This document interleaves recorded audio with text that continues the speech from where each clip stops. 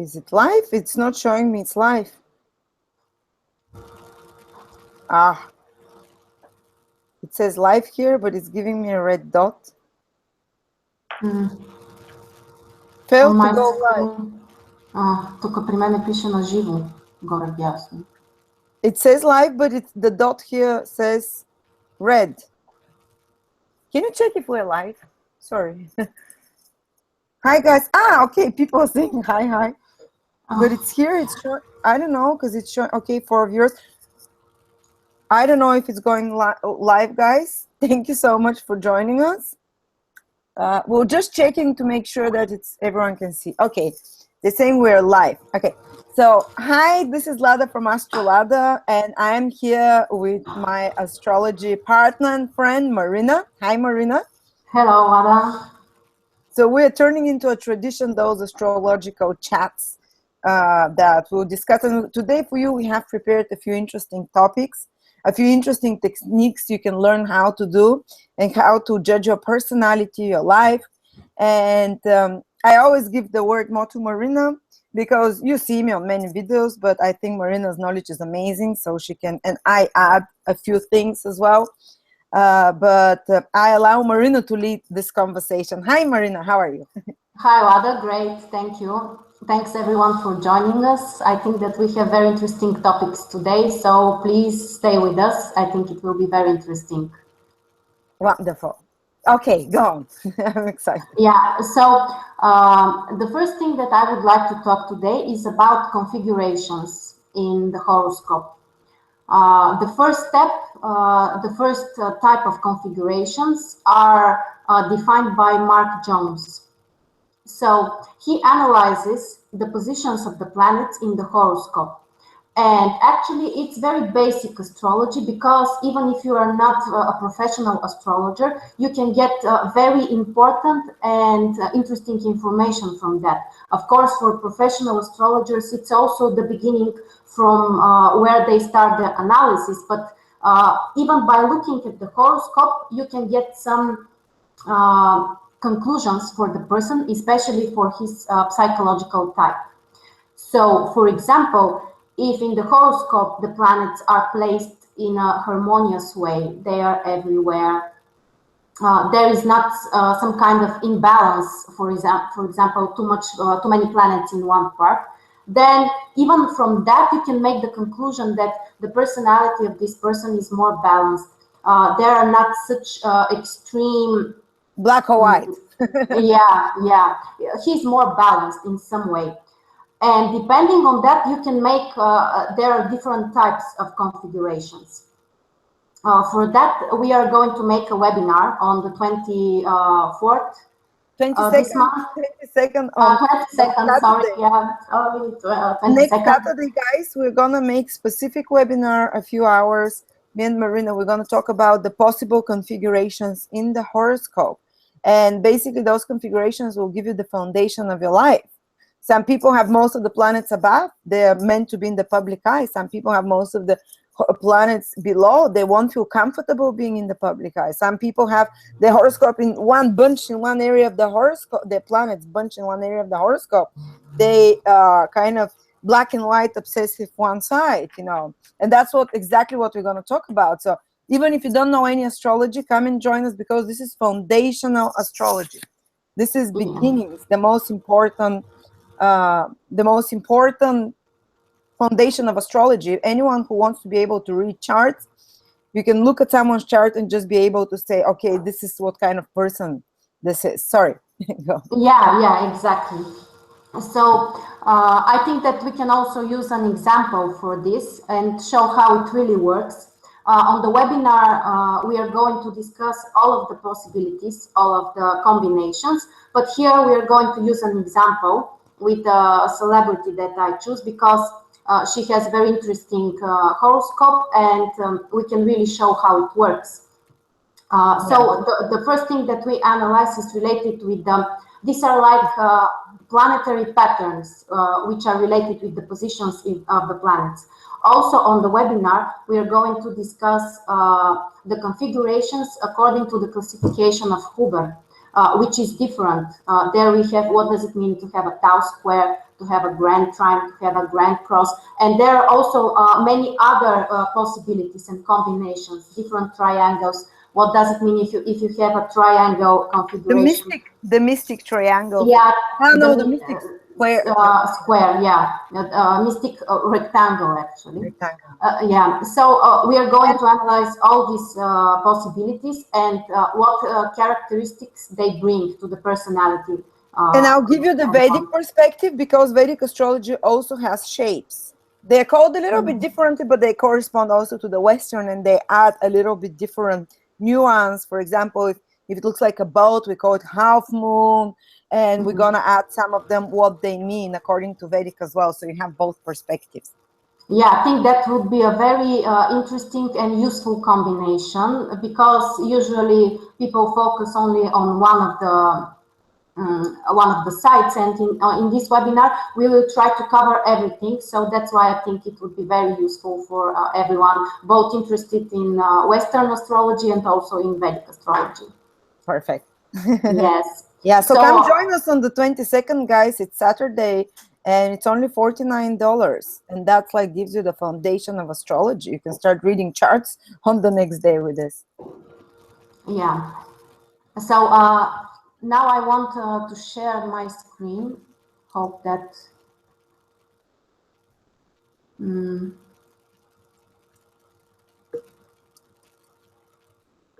hope that it works. Yeah, it's gonna work. Is it okay? You have to open the chart first, and then you have to select the chart which you want to share. It has to be open. It can't be on yeah, okay, great. It has to be downloaded. Yeah, I have it saved as a JPEG. Yeah, so open it, and then you can stop sharing and try it again.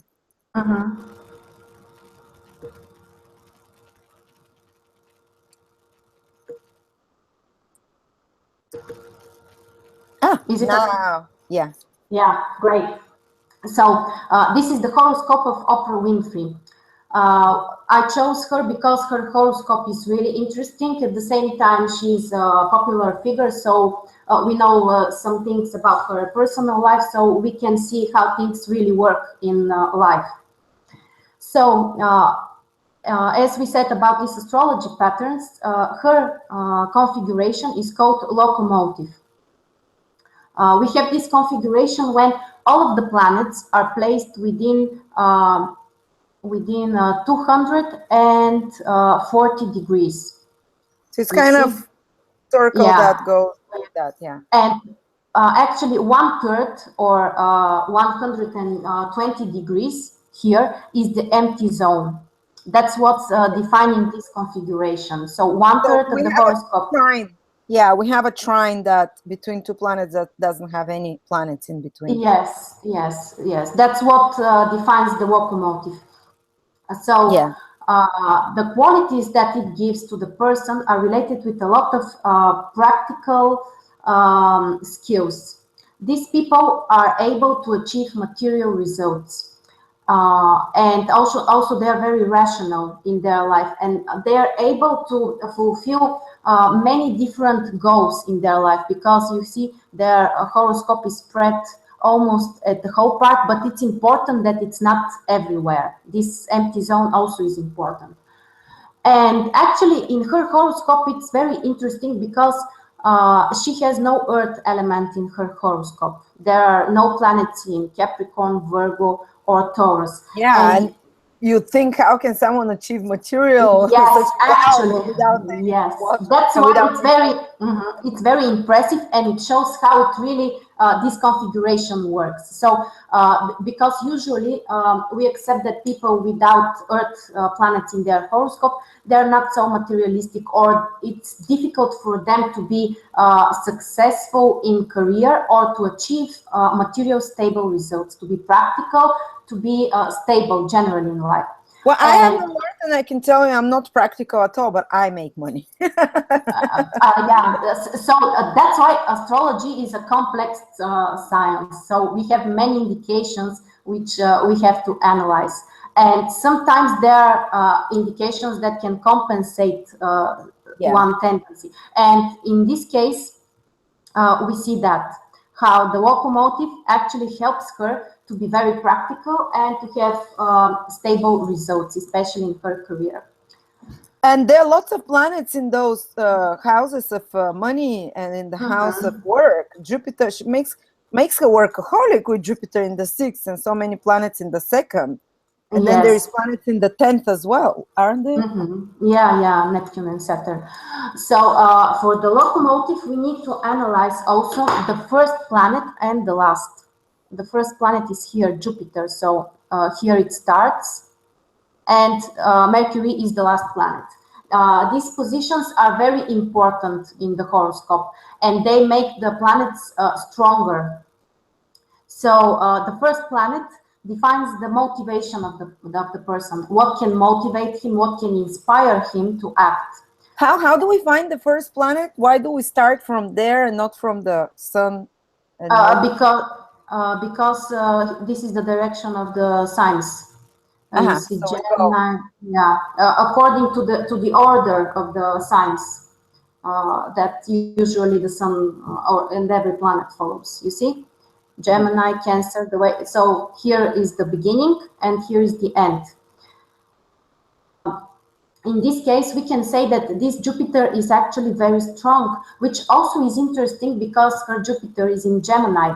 Usually, it's also considered to be a weak position for Jupiter because it rules the opposite sign, Sagittarius. So only by knowing that the person has Jupiter in Gemini, we can say that, for example, she doesn't have many goals, or they're not very defined, or in some way she's confused about it. But when we have Jupiter as the first planet, it actually makes it very strong. So for her to have many goals at the same time, actually that's what motivates her and helps her to be successful. And it's a positive and not a negative.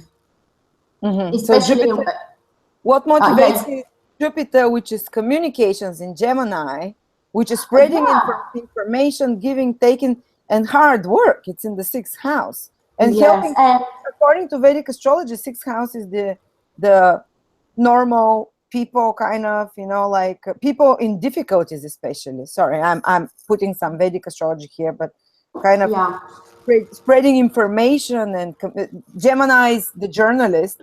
Jupiter is the bringer of knowledge. So 6th house is hard work. And actually, the planet is the most important. Of course, the sign also and the house. But the planet is really important, and when you have Jupiter, it means that for you, for her, the main motivation can be to achieve, to understand the world, how it works, this philosophical way of thinking. Also, teaching others, or for example, she can be inspired by some kind of guru or someone that she admires for his knowledge. Oh. She has so many gurus. She constantly invites them to her shows, and she loves the spiritual topics. Yes, exactly. And for example, you can use this technique to define and to help yourself to understand better what can motivate your child, for example. If you are not aware how to proceed with him, there are some kind of difficulties. By analyzing this, you can see what can really inspire him. What can motivate him to act generally in life. And Jupiter is the desire to teach, the desire to bring light and clarity to people, to be a guiding light, and especially through communication, because this Jupiter is in Gemini, the sign of communication, information, and journalism. Okay, sorry. And Jupiter rules her ascendant, doesn't it? The Lord of the ascendant in the 6th can make you compensate a lot for lacking Earth by making you even become workaholic, because the 6th house is hard work. Yes, exactly.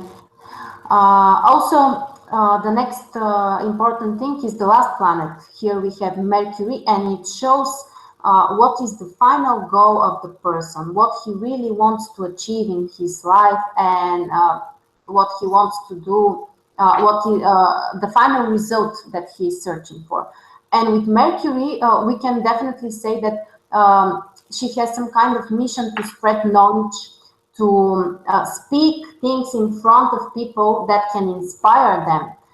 And that's why she has such a great audience, especially in the past.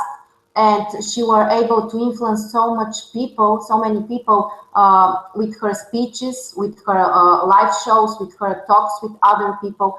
Also, as far as I know, she had interest in literature and different kind of knowledges. Also, she has many interests because of this Jupiter, actually, in Gemini and Mercury also. She has so many interests in different areas. She has been a publisher, a journalist, I think even an actress for some part of time. She's an actress. Well, a really good actress of that, I think. Yes. I think she was in one of Oscar-nominated movie.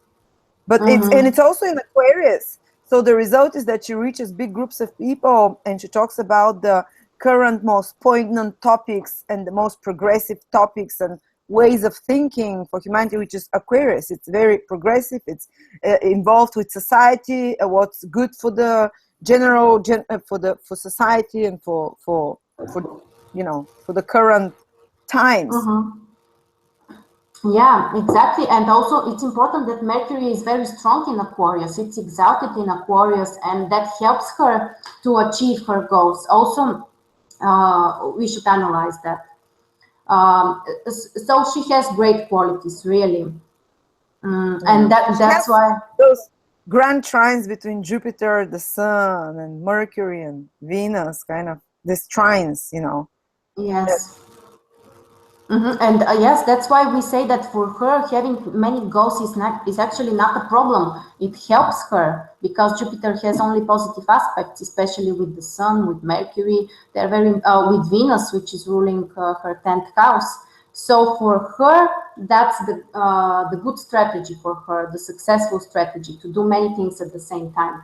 For some she's people, able to do them, yes. For some people, it might be a problem. They might be too unfocused and they may lose everything. But in her case, that's great. So just to finish with the configuration, for the locomotive, also we need to analyze the empty zone where we don't have any planets. And actually, the most important is the middle of it. We call it an arrow. What the specific thing about it is that actually it's not a problematic zone. For other configurations, for example, the bowel configuration, the empty zone is problematic. But here in the locomotive, this area is actually working and bringing some kind of success for her. And in the middle here, actually the arrow is in Aries. So it gives her such qualities like being a warrior, being a pioneer in something, being very brave. And from we can see that only from the configuration. You see there are no planets here, so if you're not using this technique and this analysis, you may not notice this. So that's why the locomotive is actually a very successful configuration and very practical. So it's great to success building configuration. Which is the planet? If it's like a train, which would be the planet that pulls the train? It's Jupiter. Okay, Jupiter pulls the train. Yeah. Okay. Yeah, Jupiter. That's the steam. That's what gives her the steam, the energy. Yes, and the final result is Mercury, the planet there. Yes. So also the middle of the part where we have planets, here it's Neptune is in this middle. It's also very accentuated and stronger. And with Neptune, especially in 10th house, we can see that she is very philanthropic. She is helping so many people. She is trying to be, she is actually so supportive to others, to different causes. And the reason for that, one of the reasons is actually this Neptune here, which is in 10th house, but at the same time in the middle of the horoscope, you see, in the part where we have planets. So the middle of the locomotive is like a peak in some way. Yeah. Yes. These planets here are very strong, stronger than usual. Yes. Well, yeah, it's Neptune making her very spiritually oriented again, and compassionate, caring about the weak as well. I see. Yeah. Okay. Yeah. So, but actually, her horoscope has also different interesting indications that we can analyze besides the configuration. For example, we can see the position of her Venus. Her Venus is She was invisible. raped. She was raped as a child. She had sex abuse. Yes, Is that the yes. opposition of Venus Pluto? It's very large opposition. Yes, I will analyze this, but I just wanted to say about Venus and 10th house, because career and social state and achievements are related with 10th house. And Venus is ruling this house, but we can see that her Venus is invisible. But it's not just invisible, it's actually in a very interesting position, which is called Kazimi. Because in the heart of the sun, it's within Yes. 17 minutes from the sun. Then it's not considered combust. It's considered absolutely extremely exalted. strong. Yeah, extremely strong. So if a planet is invisible within 10, 11 degrees of the sun, it becomes weakened. But if it's super close to the sun, within less than 17 minutes, which is less than a degree, then this planet, according to ancient astrology, becomes like the sweetheart of the king. It's like, because it's right in the heart of the sun. Yes, and that's why she has such a big audience, such popularity. So many people know her, and she has been on stage since early age, and she is very successful actually in it. So the reason for that is her Venus, which is so close to the sun. But also, she's had a lot of heartbreaks before she met her partner. Is this Venus square Saturn? Because in the earlier age, she was dating married guys. She was so depressed. She wanted to kill herself. She got into drugs. She got into crack and whatnot. She was in a real roller coaster through really bad relationships. And because I love Oprah, so I know everything about her. And this usually in younger age, Saturn with difficult aspect towards Venus, the planet of love and self-love and relationships, is reflected to you in your reality by attracting very karmic relationships, so such that put you down, that make you feel not worthy and not lovable.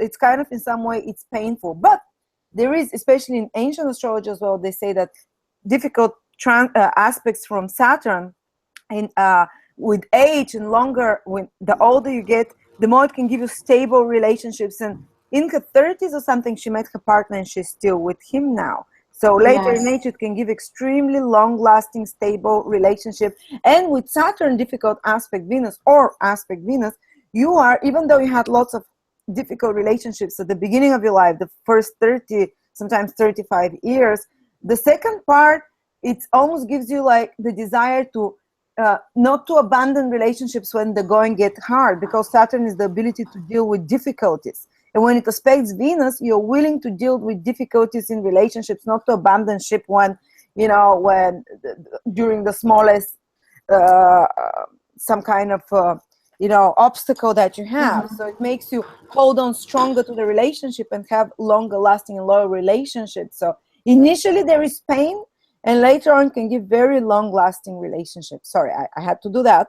And also, I guess her previous experiences of not being loved, not feeling loved, has a lot to do with the Saturn square Venus and the abuse that she experienced, especially Saturn coming from Scorpio, which is the sign of abuse, and Mars in Scorpio. So there was the two bodies are in Scorpio, which is about sexual abuse, Scorpio, actually. So the two difficult planets often a person might have some history. Also it's important that Mars, which is in Scorpio, is in the apex house square.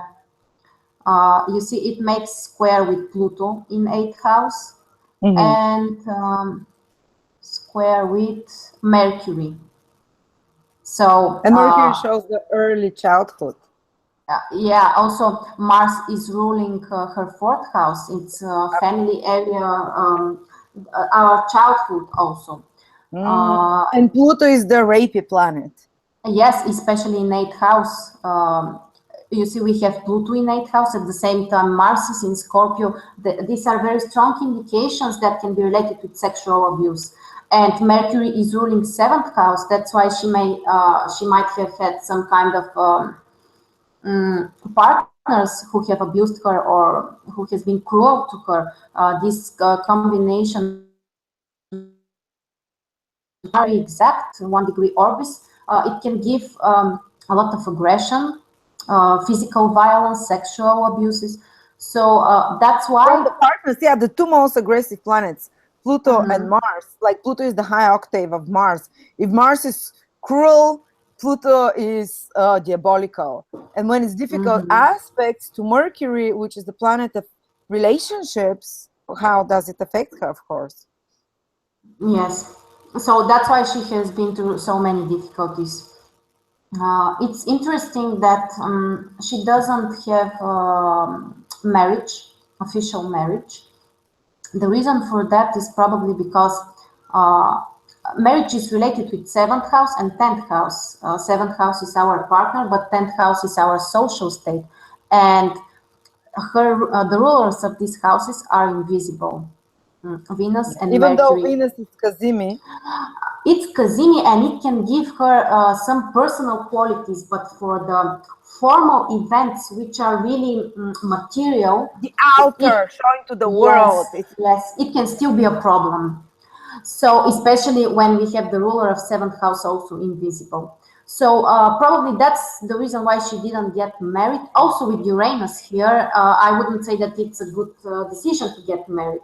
Actually, like I think Angelina Jolie has Uranus square exactly her 7th house of marriage. She got married, she got divorced within 2 years. Probably if they didn't get married, they would still be together, you know. Yes, yes. So that's why in this situation, that's the better option. And Not she to has get the married. South Node there in the 7th house. Yeah, According to not, ancient astrology, South Node is something you've done before.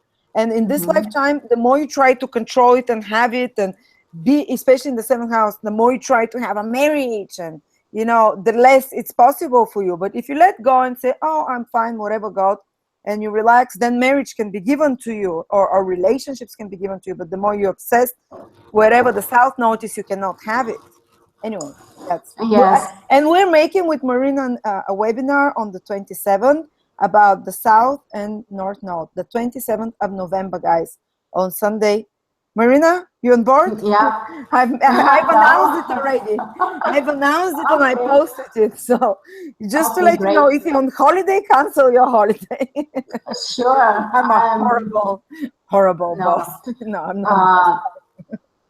I think that this webinar also, we can call it something like a karmic astrology, because we can include also other indications. And I think it would be very interesting. And there were many questions actually about the position of the nodes. What does it mean to have a node in certain sign, in certain house, but also to have it in conjunction with the planet? And all these topics we can analyze, and we are going to do that in this and webinar. We're going to talk what it is to have the different nodes. One is past lifetime, the current, the other one is the current lessons in this lifetime. We're going to talk about from Western perspective and from Eastern perspective. And we're going to talk about transits of the nodes, which cause the eclipses. Yes. And also we can mention transits to the nodes as well. So it will be very in-depth. Anyway. Honestly, when I start the analysis, the lunar nodes are one of the first things which I analyze. They're always working and always accurate. I remember when I was learning Vedic astrology, my teacher in Swilham was saying that you can do a 1 hour or 2 hour horoscope just focusing on the nodes, because this is the purpose we come to incarnate in this lifetime. We come here because of the nodes, to learn what the nodes are, to learn to balance them, because the nodes are the intersection between the sun and the moon, which is the main two bodies in the solar system for the planet, for the earth, basically for earth-based humans. And the sun is the future, the moon is the past. So they're basically what's when the mother and the father, the sun and the moon mix together, it's their orbs where they cross each other. This is what defines the nodes, basically the ecliptic of the sun and the ecliptic of the moon where they cross. And that's why the nodes are the reason we come here to incarnate the biggest lessons. Sorry. And the most difficult sometimes. And if we master them, they give us a fast ticket onwards to success, to be honest. This is like according to ancient astrology as well. If you master Rahu, it can give you like a frog jump leap to success in whatever area of life it is, if you focus consciously on it. Yeah, exactly. And if you're too focused on your south node, then you can face with all kinds of difficulties in every possible area of your life.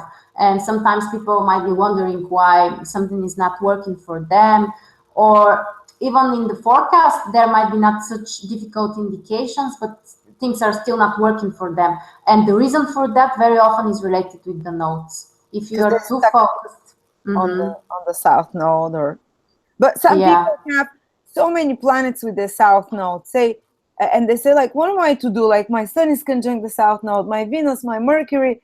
Am I like meant to lose always in my life when my focus is there and the south node is there? What do these, like Hillary Clinton has that. But how have you noticed this work when there are lots of personal planets connected and conjunct the south node? Is it very hard to extricate yourself from? You're more focused on that area. It's more difficult for you to overcome it, but at the same time you need to do that. And in some way, for example, if your south node is in conjunction with the moon, then it means that you have some kind of family karma, and you have to pay for that or overcome it in some way. On that webinar, we are going to analyze actually every planet, every combination. What does it mean? Which qualities you, for example, with the sun, you might be too egocentric.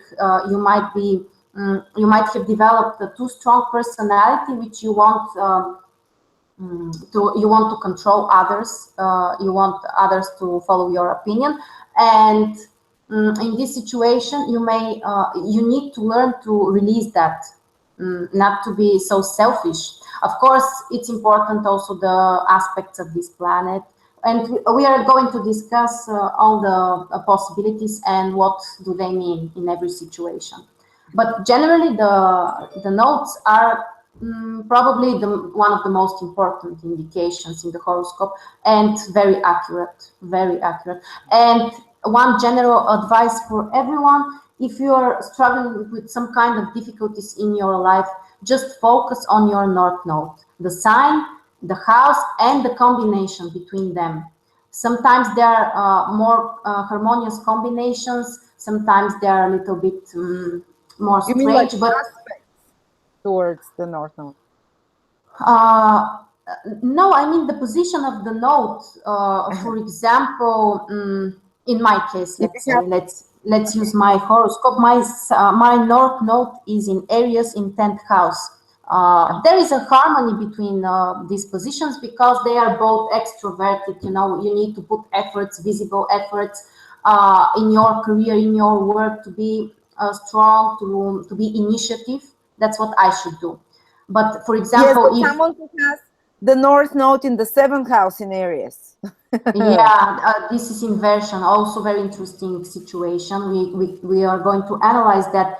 But I meant the case when, for example, it's Aries, but it's in 12th house. So it's not very harmonious combination. Aries is active sign with visible results, but 12th house is more secret, more hidden. So we are going to go through all the possibilities and combinations, and how actually you can work with that, with this energy. Okay. And just focus on the developing the qualities of your north node. It can help you in all kinds of areas of your life. I have my north node in the 7th house, and whenever I've tried to do something just on my own, it never works. The moment I basically partnered with people, and people helped me have this business. When I was starting, my teacher reached out to me. He gave me softwares. He gave me, even friends bought my software. I had no money even to buy my astrology software to read charts. And I started reaching out, and the more I partner and I ask for the support and for the to join forces with others, the more successful I become, even though I have lots of areas in my horoscope which says like you should start, you should be alone. But no, the North Node is the focal point. I can put, Aries energy into my life, like driven initiative, but the North Node is in the 7th house. I have to partner. And actually, it was always my marriage partners or relationship partners that were pushing me forward to success. When I'm single, I'm not so motivated. Then actually, I always get like partners that are very driven and they push me, or partners that are then support me somehow, which is with the North Node in the 7th house. And yeah, if you have the opposite South Node, like Oprah has, if she's relying on partners, it's not going to work for her. If she's relying on, she has to be like the locomotive herself. She has to be pushing her own ideas and finding what her true purpose is with the North Node in the 1st house, and doing her own ideas, rather than having to, or being stuck or relying on a partner, relying on or being codependent somehow in relationships. She has to be independent, then she can have relationships as well. If she's independent and she does her Rahu, then Ketu will, the South Node will be allowed to happen as well if you're not focusing on it. Yes, exactly. Very often this combination, 1st, 7th house, leads to problems in the relationship area for people, yes. And actually that's the right advice for them. If your South Node is in 7th house, you can really face with some kind of difficulties. You may not meet the right partners for you, or things may just broke easily for you. So what you really need to do, if you want to have a relationship which is related with 7th house, you need to develop the qualities of your 1st house, your independency, your self-esteem, your personal activity to be strong, and to feel okay with the fact that you are alone. When you learn to do that, that's the time when you're going to then God will also give you the 7th house, because in Vedic astrology, Ketu, the South Node, is God's. You can't have control over that house. It's very spiritual position. The more you try to materially gain something tangible and have it and control it, the less universe gives it. It takes it away from you. So you have to let go and let God where Ketu is, and focus on Rahu. This is the North Node, and then God allows you, if you are become detached and allow yourself to be okay without having that thing or without obsessing over it, then the universe will also give it to you. You have to develop this detached attitude, and the universe can give it to you in a beautiful way, in a much higher way than you expected. Like I know quite a few millionaires with the South Node in the 2nd house, and they said that until they were trying to make money for money's sake, nothing. The moment they kind of they forgot about it, they focused on some other ideal, and then money started, and they became detached about money. One of them was saying that he doesn't really care about money, and it's not on his side. It's just because he's so detached about money, he attracted and created so much. It wasn't his goal purposefully to generate money. Sorry, where was his node? The South Node was in the 2nd house. So he says like, I never cared about money. I never, not never, but he says like, I'm not focused on that thing. I'm focused on bringing, he had a talent agency. And he says that it was just my passion to bring out talents in others. So his North Node is in the 8th house of talents of others, of resources of others. And he focused on that. And he said like, money is coming so much here. And I don't, I'm never focused on money, but it comes. And another person constantly was focused on money with the same position, and money never came. Money that he wants to have. So you have to focus on the opposite. Anyway. And there are different possibilities here. For example, you can analyze the positions of the rulers of the nodes. How is positioned the ruler of the South Node, the ruler of the North Node? Is there a connection between them? For example, if you have a harmonious aspect, it's easier for you to learn and to move from your South to your North Node. If there is a difficult aspect, then it can be a challenge for you to do that. So also very important, of course, the aspects, everything can be. Yeah, or if you have, for example, in your South Node, a Lord that is in bad dignity, the ruler, okay, you've done this in past lifetimes, but you probably didn't do a very good job of it. Yeah. If it's in a bad cosmic state, with bad aspects or bad dignity. So anyway, we'll talk about all that on the 27th of November, guys. I'll put a link here for those of you who want to register. It's only $44. It's very accessible. And those of you who want to join us, they are, I'll put a link how to register your seat and get with us on Sunday on the 27th of November. Yes. November, yeah, but first we have the other webinar. Yes, first we have in next Saturday, not this one, but the one after, we have the configurations webinar. I'm more excited about the configurations because it can help you learn so much about a person as well, like the foundation. This is foundations, guys. You don't need to know any astrology for either of that. As someone says, how about if North Node is in the 12th house? I guess we'll talk about that on the webinar, guys. Come and join us. So we can give you another very interesting technique now. What is it called? We were arguing at the beginning with Marina. We were like, she says it's synthetic sign. I was like, it's the dominant modality of and sign of it's kind of the language barrier here. So can you describe to us that? This is the first thing I ever learned when I went to astrology school, in London School of Astrology. That was the first thing that our teachers taught us as a technique. So guys, take your pen and paper and write it down. This is 101 astrology. This is something that it's amazing information. We're giving it for free here. Go. Yes, so I will call it synthetic sign. I'm not sure if that's the most accurate word, but anyway, I will explain what I mean. We define this, everyone has this synthetic sign. Synthesized or synthetic. Okay, synthetic. In Bulgarian and in Russian, it's synthetic. Okay, synthetic sign. Yeah, just we'll call it that way. I'm not sure if it's the most accurate word. So some people have one synthetic sign, other people may have two, some people may have 4 synthetic signs. It's all of these possibilities we can find. So how to define that? First, you need to find the dominant element in the horoscope. Is it if you have most of your planets in earth element, in air, in fire, or in water? Then you have to find which is in which modality you have most of your planets.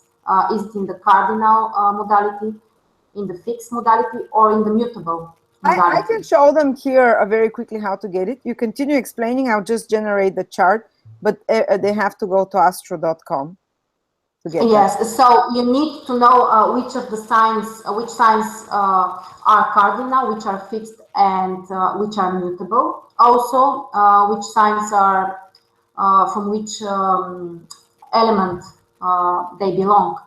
And you need to combine the dominant element and modality. And that will show you your synthetic sign. For example, okay, I'll give you one table here, so you can one sign. I just quickly took someone's. If you can, just a second. Yeah, or we can show Oprah's if you don't find. Because this one here has very quickly. This one here has it in English, and it shows, and everyone can have that. Can have this chart from astro.com. That's why I'm showing it, because people can see very clearly the modalities and everything. Okay, so. Yes, so for example, if you have, like in your case, most of the planets are in fire element. Here it is. You also, here is this chart, but you guys look here. Can you see here a little table that says cardinal, fixed, mutable, fire, air, earth, water? In astro.com, it has it on a table already defined for you. If you go and get your chart at astro.com, I just got someone from my friends here. So you can see this person has fire, just one planet, 2. Air, 1 planet. These 2 are not really planets here. Earth, this person has lots of earth, as you can see. You see, and water, a little bit of water, 2, 3 planets. And then this person has very little mutable. but a lot of fixed and a lot of cardinal. Okay, can you analyze this one? So in this situation, also we are working only with the planets. Here they work with the ascendant, with Chiron and the North Node, but we don't take this in our analysis. So here the dominant, actually the synthetic sign is Taurus, because most of the planets are in Earth element. In Earth, and yes, the modality is fixed. Yes, we have 1, 2, 3, 4 planets in Earth element, and 1, 2, 5 planets in fixed sign. So yeah. here, so don't count the ascendant and don't count the North Node, which is this little sign, and Chiron, whatever. Just count the normal planets. Yeah, and here the ascendant and the sun are in this sign, so it's not such, how to say, surprising information. But in some cases, it is possible that your synthetic sign might be a sign in which you don't have planets. And these are the most interesting cases, because the synthetic sign, it's something like a secret potential that you have, especially when you don't have planets in this sign. And it may take more time for you to get in touch with that, to realize it, to be able to express it. But it's something that you have on the inside as personal skills that you have developed, and you're here with them already. So you have to combine the modality and the element. So if you have fire, mutable fire, the most planets in mutable signs and the most in fire, it makes Sagittarius. But you need to know the signs. You need to know what each sign. Aries is cardinal fire. Taurus is fixed earth. Gemini is mutable air. Cancer is cardinal water. So you need to know those. You can find them everywhere on the internet. And it's kind of, it's everywhere. Just go and see what are the modality and the element of each sign, and count which you have the most from, which element you have planets from most from, and which I'll just stop sharing this, and which yeah, it's okay. Anyway, I don't know why I became only the one that shows now. When you talk, you don't show. Anyway, I'll change them. Okay, so yes, and the synthetic sign shows how you're likely to react in certain situations, your first reaction. And in some cases, the information is very interesting because your sun, for example, with me, my sun is in Capricorn, my ascendant is in Cancer, but my synthetic sign is in Pisces. So my first reactions might be more related with Pisces, and here it's a surprise because with the sun in Capricorn, for example, you may expect that I might be a little bit harder, more, serious, more distanced with people. But actually, when my synthetic sign is Pisces, my behavior is different. This shows your motivation, how you react on your first reaction. It's like natural reaction that you have in situations. And it's especially interesting in the cases when it's different from your sun sign and your ascendant, because it gives some additional qualities. And in the situations when you have two synthetic signs, because it is possible, for example, if you have 3 planets in Earth and in air element, for example, and your dominant modality is fixed. So you have Earth fixed is Taurus, and what did we say? Earth air fixed is Aquarius. Yeah. So in this situation, you have 2 synthetic signs, and it means that you're capable to react in a different way, and you might be a little more unpredictable for others. And you see, Taurus and Aquarius are so different. Taurus is so fixed in material things, don't like changes, doesn't adapt easily to new circumstances. And Aquarius is very different. it's very, likes adventures, new things, changes, and these people, when there is such a difference between their synthetic signs, they can react very differently, and even for themselves, it might be a surprise.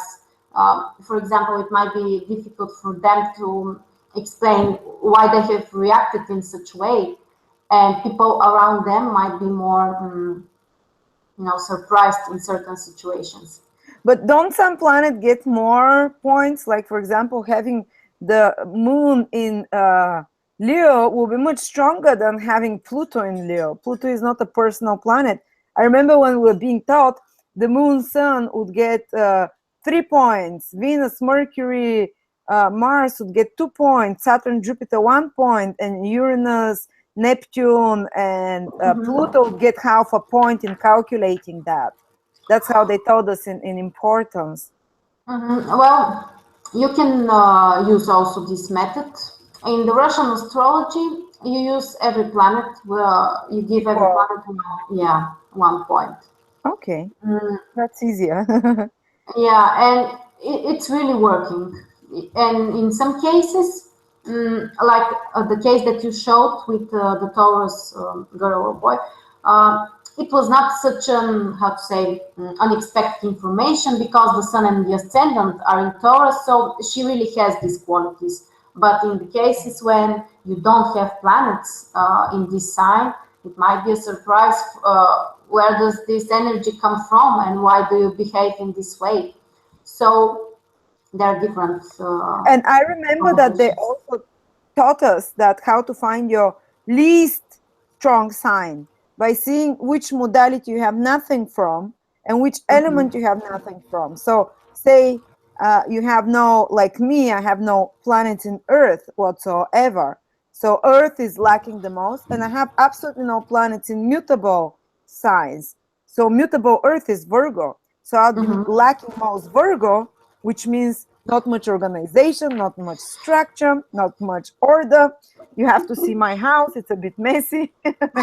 So it's absolutely, it's stunningly accurate. Sometimes you're kind of surprised. It's almost like Virgo is my missing.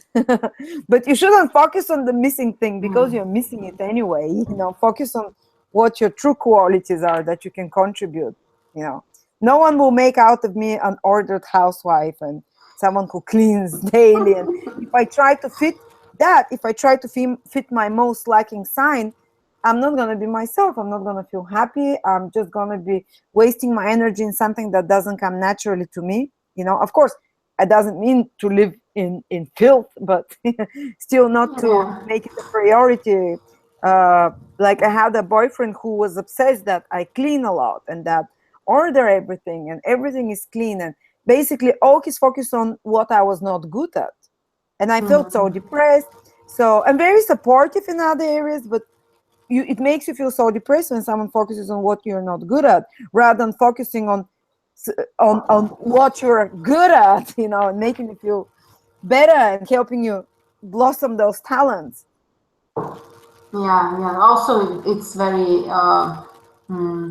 indicative and can show us the weak places in our personality, the weak qualities that we really don't have. And I also think that we shouldn't be too focused in these areas, because usually we can be good at everything. It's better to focus on what you really have and to use it in the right way for you, that it can serve you in the best possible way, and not to blame yourself for the qualities that you don't have. Yeah.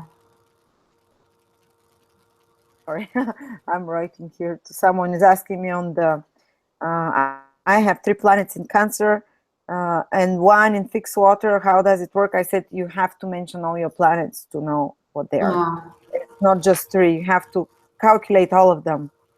And where do you see the chat? I don't see it actually. You have to click on chat on the side. Don't you see? No. Where is it? On the left or on the right? Maybe you don't. I don't know. I have a Q&A. Is it there? No. On the right. It's on the right. Right. I don't Maybe have I it. just see webinar jam where it says it's there. No, I don't have it. I don't know.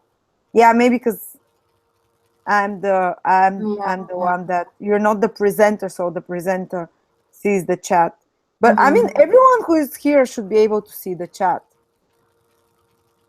It's strange.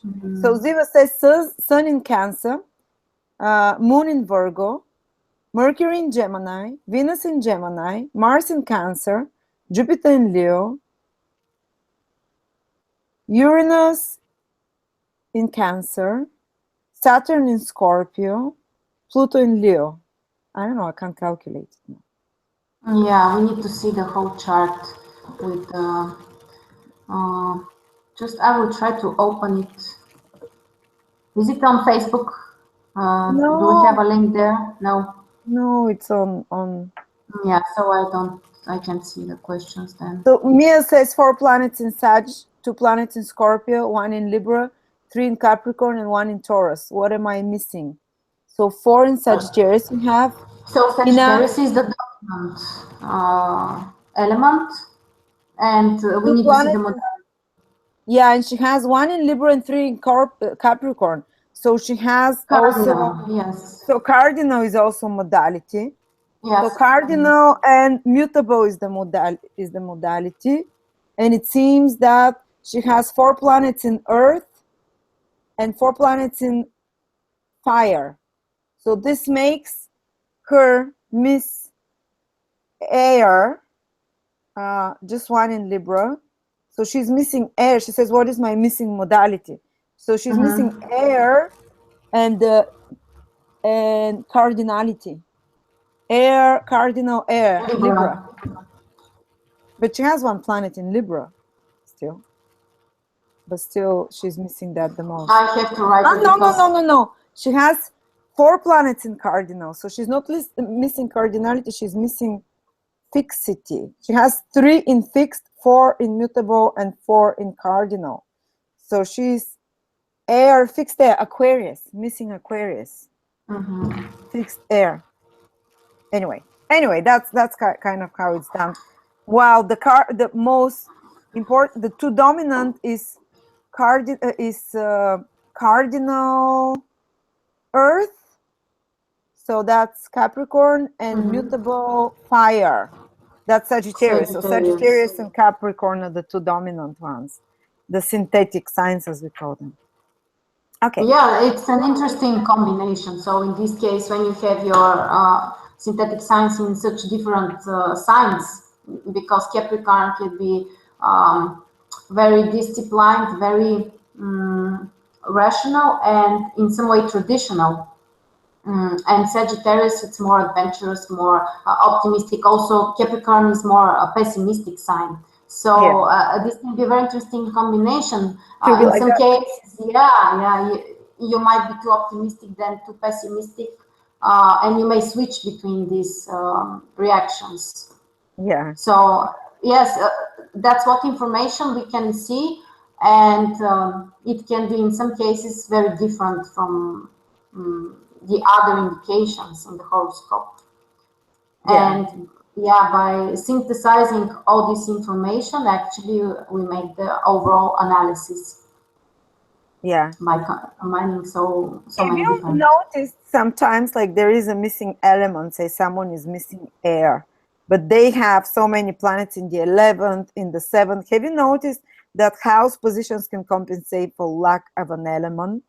Yeah, I think so. Yeah, I think so. And in such cases, it's very important for the person to do some conscious actions which can help him to compensate that. For example, I don't have air planets in my horoscope. No air. You're an encyclopedia. Air is knowledge, information. Yeah, but someone says that the person can overcompensate for lacking element or a lacking. Yeah, it's possible, but you can do some personal activities that can help you to compensate that. For example, when you don't have air element, it means that it's good for you to be part of groups, to communicate with other people, and this can help you to bring this missing element in your life. So, for example, if you're missing air, you should try to have more friends, to be with more people, to communicate with others.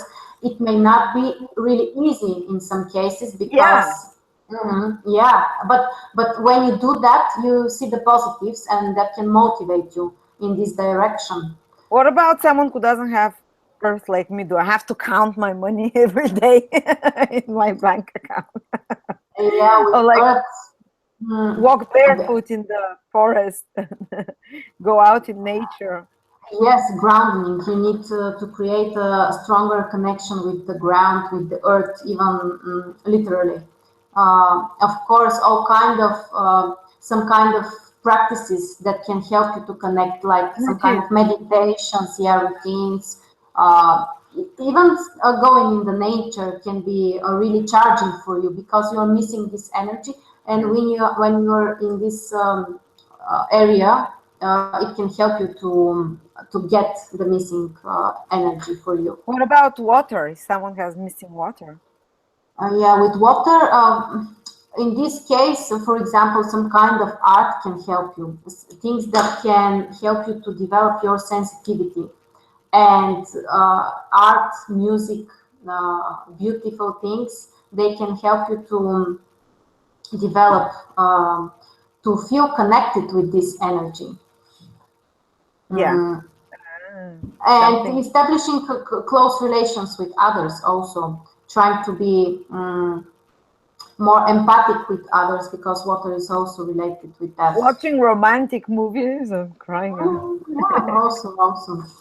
And with fire, probably it's the easier possibilities. The best thing you can do is some kind of sports activeness, just doing some things. Yeah, energy generates energy. Or eat hot peppers, chili peppers. Yes, but especially sports can be very helpful for these people. I had a client who was like very depressed, and she says, all I do all day long is sit and not do anything, and I get so easily tired and I have no motivation. I look at her chart, not single fire sign, not single planet in fire. Especially if there are too many Earth planets, it's a difficult situation. And I said the only thing is for you to move a little bit, or even start eating spicy foods, because there's nowhere where it's gonna come from unless you get a partner who is very fiery. This can work through relationship. You go and get yourself someone who has the element you lack, or the modality they can kind of complete it for you in some way. Yes, and family members. Very often in one family, for example, like I don't have air planets. My daughter has a dominant air element, and she doesn't have water planets, and my dominant element is water. So we are balancing each other, and it can also be helpful if you find a family member or a partner. Bring the missing qualities for you. You can balance each other. Yeah. For example, I'm all fire and air, and every time I'm with a partner who is fire and air, it's like plus and plus. I don't feel so attracted. They're exciting, they're fun, we're like house on fire, but I don't have the spark that I want to be with this partner. I always like more feminine, more gentle, water, earth guys. So then we kind of plus and minus, it feels right then. They calm me down and bring the fire. So yes, it's important. Mia says, very interesting. Mia is the lady that was lacking the air type of, and she said, so my husband has air planets, so I'm the gap is filled there. Yes, that's a good combination then. Her partner can balance her and can help her to get the missing qualities for her, the missing energy. Someone is saying, Avelina, 4 planets in Leo, 1 in Cancer, 2 in Virgo, 2 in Pisces, 1 in Gemini, 1 in Aquarius, 1 in Scorpio. She seems to be missing. She has a lot of mutable. She has 5 in mutable, no, 6 in mutable, and she has 4 in fire. So mutable fire. Sagittarius is her dominant. Yeah, so Sagittarius. So she doesn't have anything in Sagittarius. Look how it plays out. Yes. You have nothing in Sagittarius, but your dominant synthetic sign is in Sagittarius. These are the most interesting cases. Yes. Yes, so she might, even though she has so much in Leo, she might act sometimes like Sagittarius. Yes. And she seems to be lacking. No, she actually has 5 in fixed. 1, 2, 3. And 6 in mutable. All right. So that's 5 in mutable and 5 in fixed. So she has to 6 in fixed. Sorry. 4 in Leo, 1 in Aquarius, 1 in Scorpio. So that's 6 in mutable, in fixed. Yeah, whatever, you have to calculate. I'm bad. Yeah, I need to see it written down so I can imagine it. So fixed fire. So Leo is the dominant. Okay. And 2 in Virgo, 2 in Pisces, 1 in Gemini, and 5. And fire, Leo and Sagittarius are the dominant. Then seems to be. Yeah. Because there is fixed fire and mostly, and mutable fire mostly. Both. Okay. Anyway, so perfect. That's very interesting information, Marina. By the way, I forgot to tell you, Marina agreed that we're going to be doing, because every year I do the monthly horoscopes for each sign. And Marina agreed that each week we can do a couple of signs, maybe for 20, 30 minutes each sign, so she can give you her perspective on how the year will progress. I really love, by the way, Marina started making monthly videos. And I don't think I've seen better monthly videos.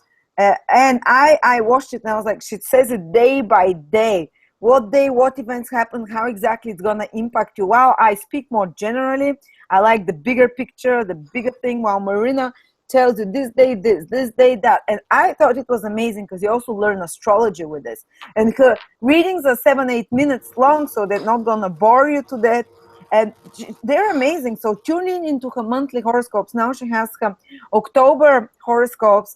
Honestly, I've watched all the other astrologers, Kelly, Rosanna, that they're amazing. But I thought that Marina, even though she's not authentic English speaking natally, I think she gives so much information, and she put me to shame with her because I speak much more generally, and I really want to do with her together the yearly. We can combine them.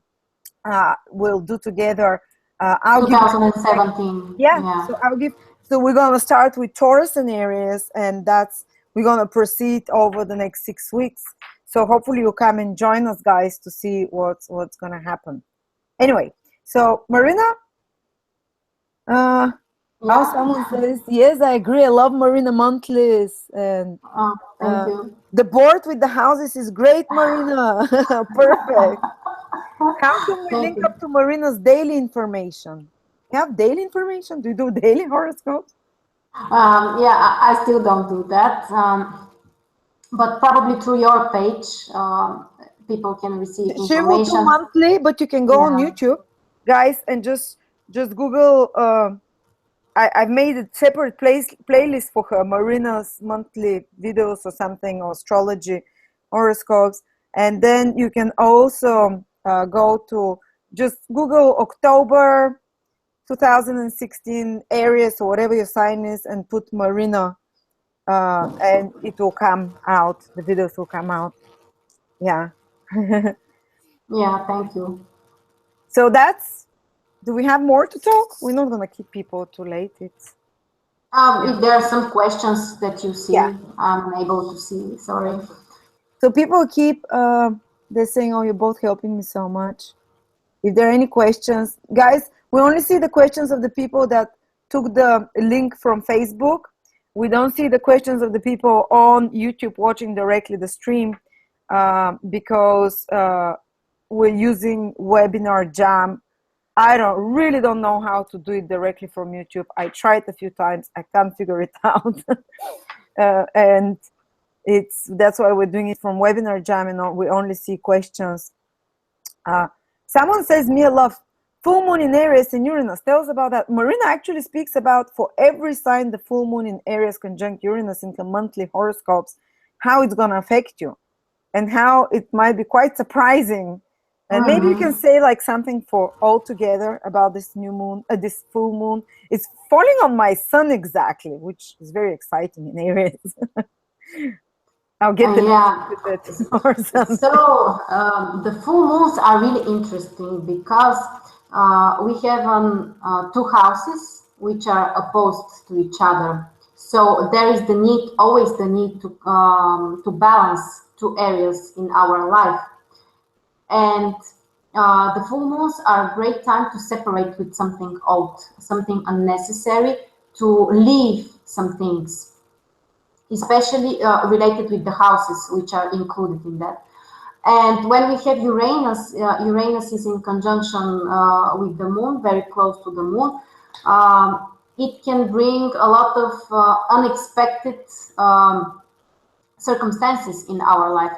Things may happen very fast, and we may need to react really fast on the new circumstances, especially because the moon is related with our behavior, our emotionality, how we act. So the conjunction with Uranus means that we we may not have enough time to think about the situation.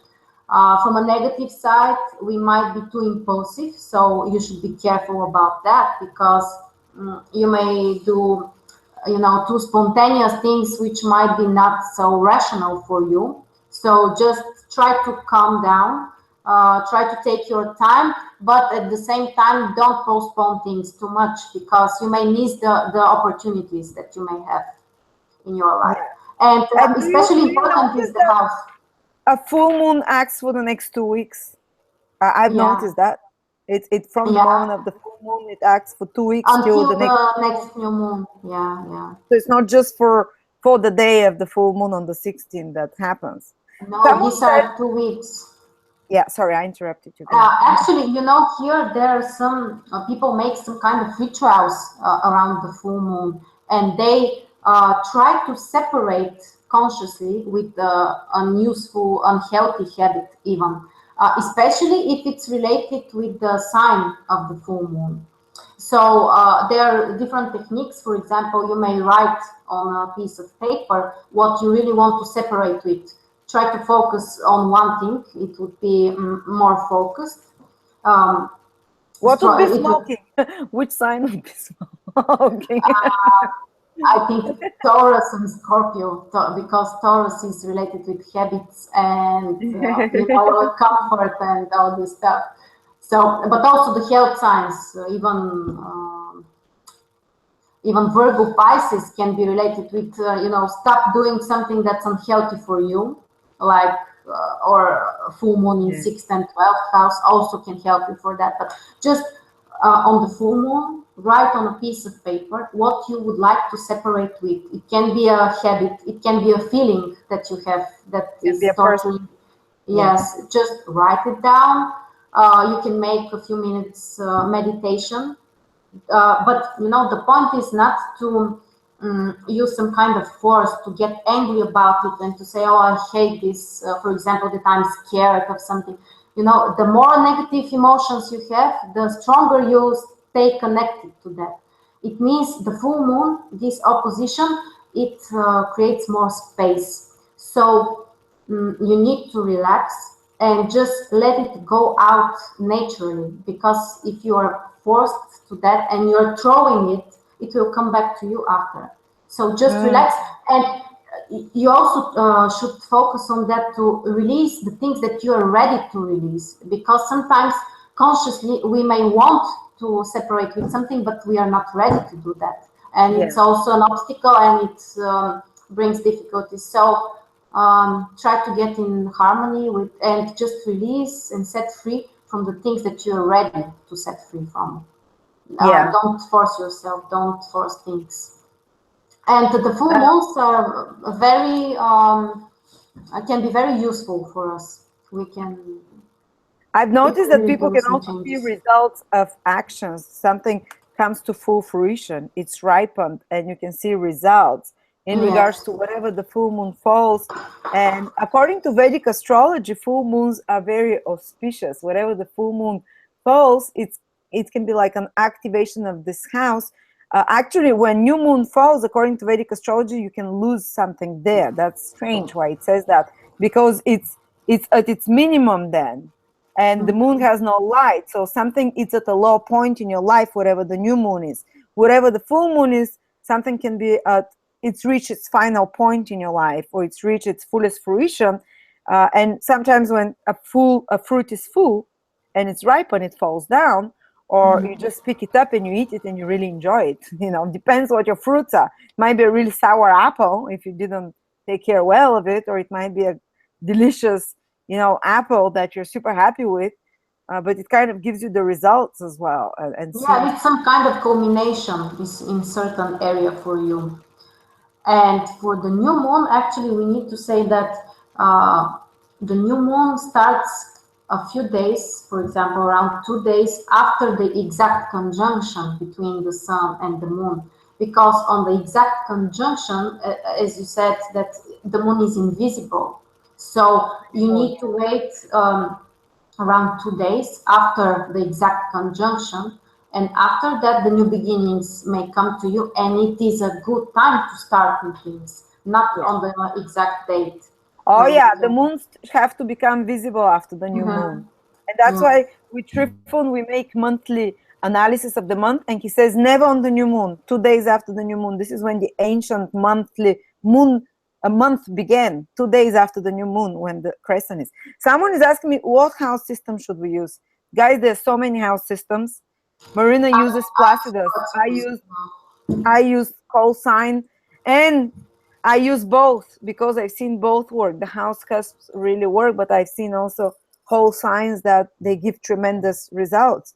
Like all my planets fall in the third sign of the whole sign system. That's what I do. I read the third sign, which is the third house. But my second house cusp is there. So it kind of brings finances somehow, material results as well. But my mind is not at all on money. Never's been on money.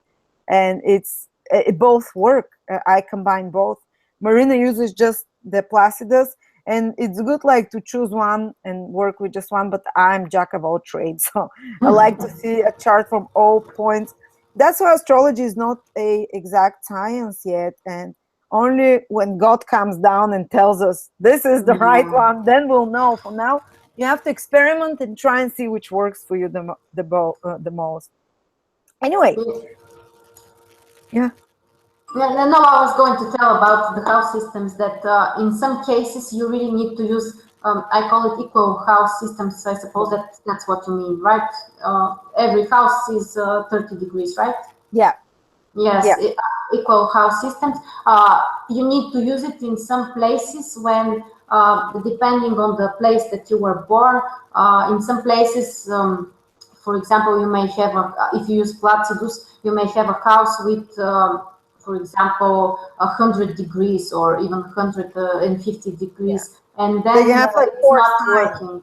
Yes, it's not really working. And in these situations, the equal house system is working very well. Yeah. Yeah, it's like the 30 degrees house system. It's in London School of Astrology, they use the 30-degree house system. Each house is equal to the same, and they use the midheaven and the IC like separate points, like points that can move. And that's a bit difficult. I cannot tell you. I've worked and they work.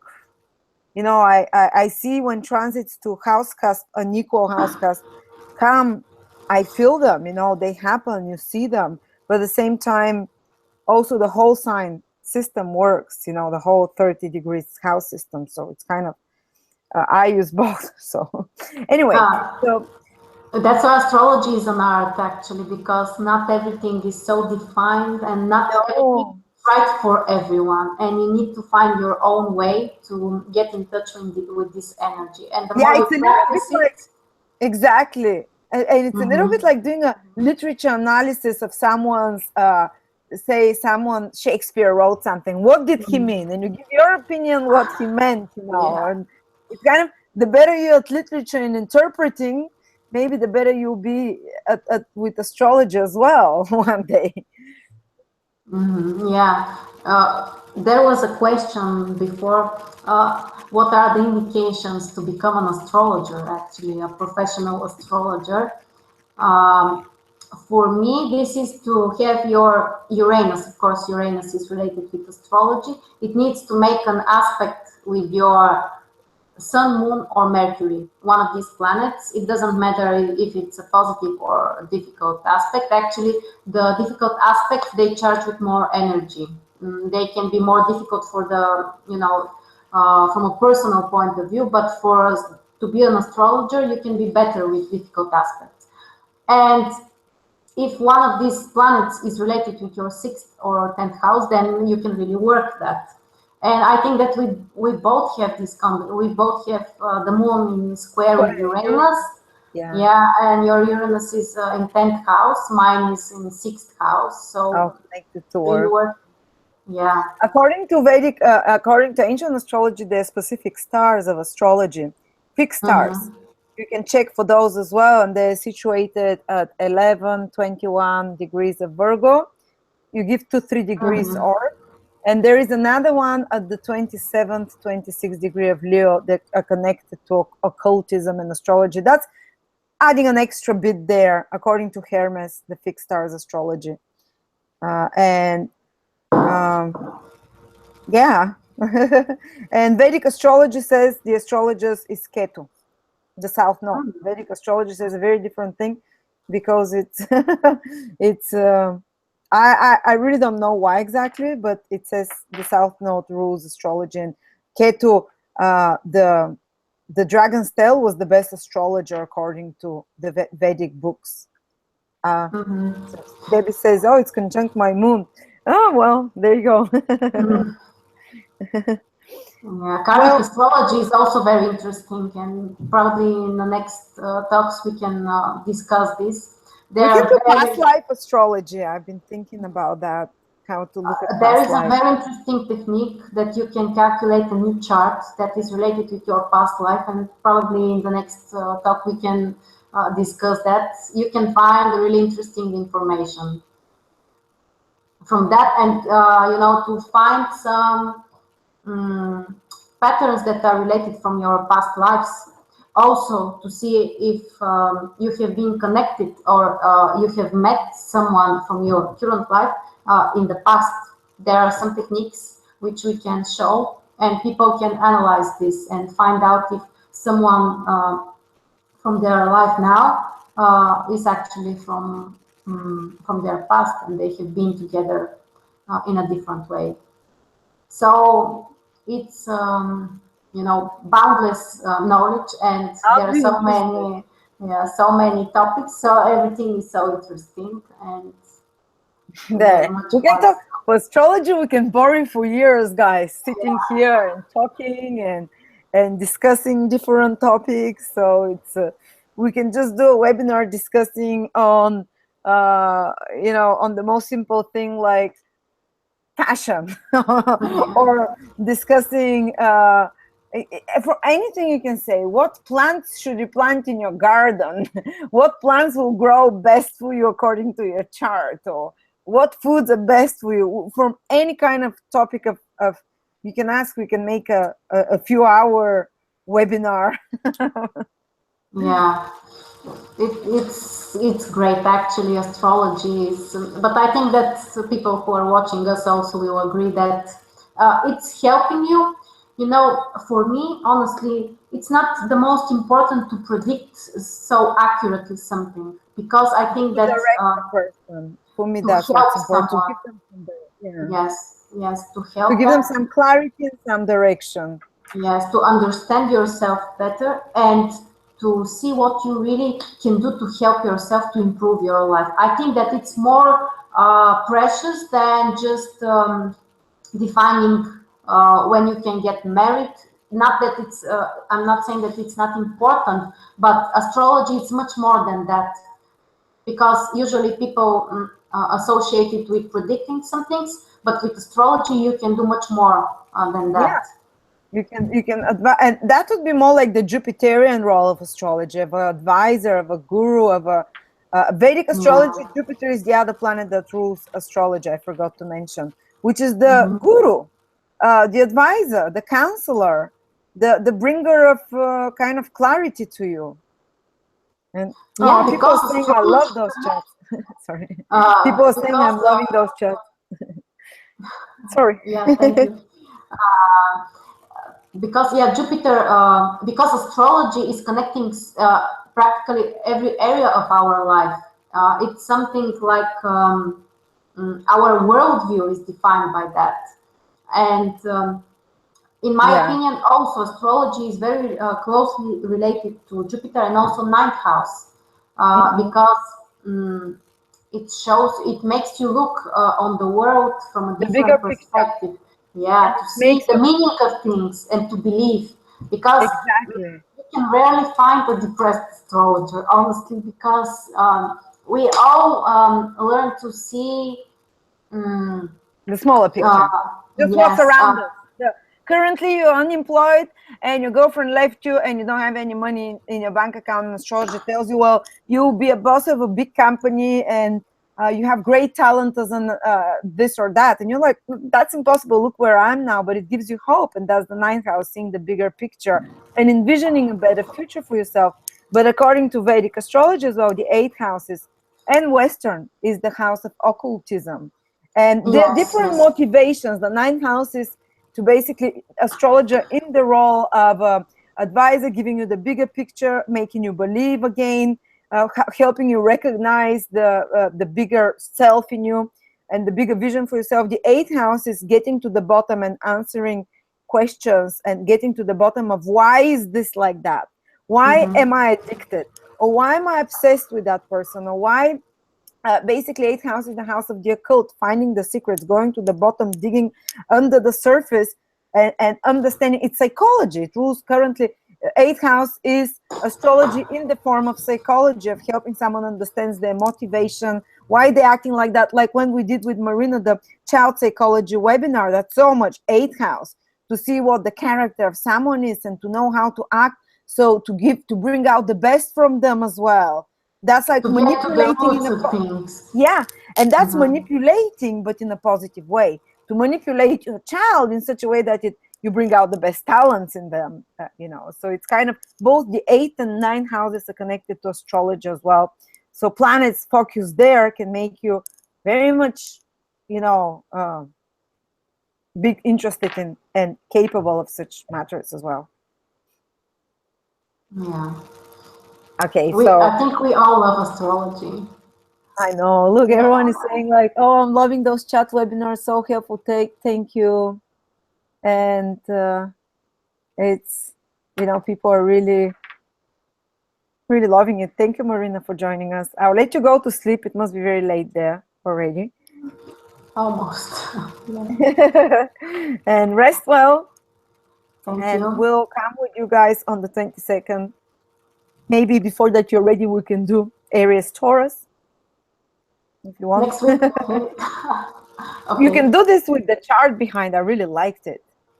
I was like, we'll see. If we have time next week, we'll start them, because I really like how you explain it with the chart, and I'll give my perspective, you give yours, and we'll try to make no longer than 30 minutes for each sign, and we'll do 2 at a time.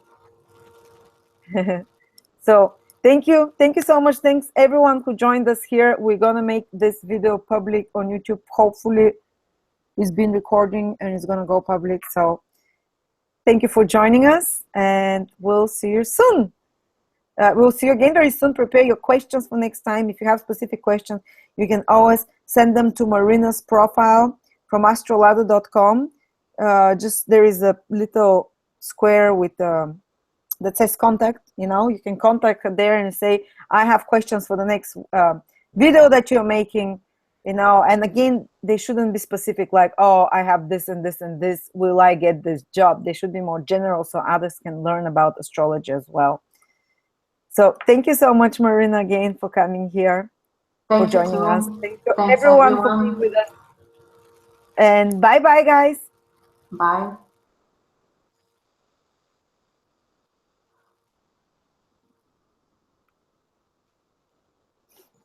Май не се записа.